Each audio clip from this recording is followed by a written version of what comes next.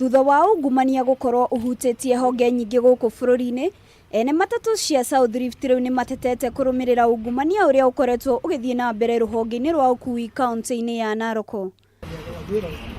Matongoretio nĩ mũikarĩri gĩtĩ wa rũhonge rũrũ Anthony Tirike, oigĩte makĩria ma milioni 12 nĩcio cingĩraga mĩhuko ya andũ arĩa matagĩrĩire kũhĩtũkĩra ngukumio. Sisi kama Narok Line tumeumia kwa miaka mitatu sasa. Sisi tuko na fleet ya magari kama sasa vile naongea saa hizi magari ile yanafika Narok ni gari 131 ambayo ina operate kutoka Narok. Wakati kuna biashara wakati chini kabisa zinaenda gari 70.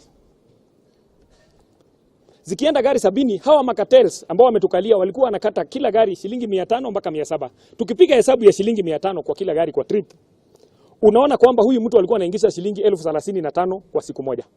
Arũgamĩrĩri aya nĩ morĩtie thirikari ya kaunti gũtigĩrĩra kũrĩ na waragania rũhonge-inĩ rwa ũkui, kuona ica ikuhĩ nĩ gũkoretwo na ngucanio gatagatĩ ga SACCO igĩrĩ cia ũkui mwena ũyũ. Tungeomba serikali yetu tukufu kupitia rais wetu Bwana Matiang'i, Bwana Kinoti, tunawaomba muingilie hili jambo, muangalie ili kila Mkenya apate hali ya kufanya. Kwa sababu kama sasa kama vile serikali imeingilia, kila mtu tuko na fair ama playing level moja. Nĩ maugĩte he bata hagĩe na ũnyitanĩri harĩ anyiti itemi othe rũhonge-inĩ rwa ũkui. Handũ-inĩ ha Kameme TV, Getwo Wanjirũ wa Mwangi.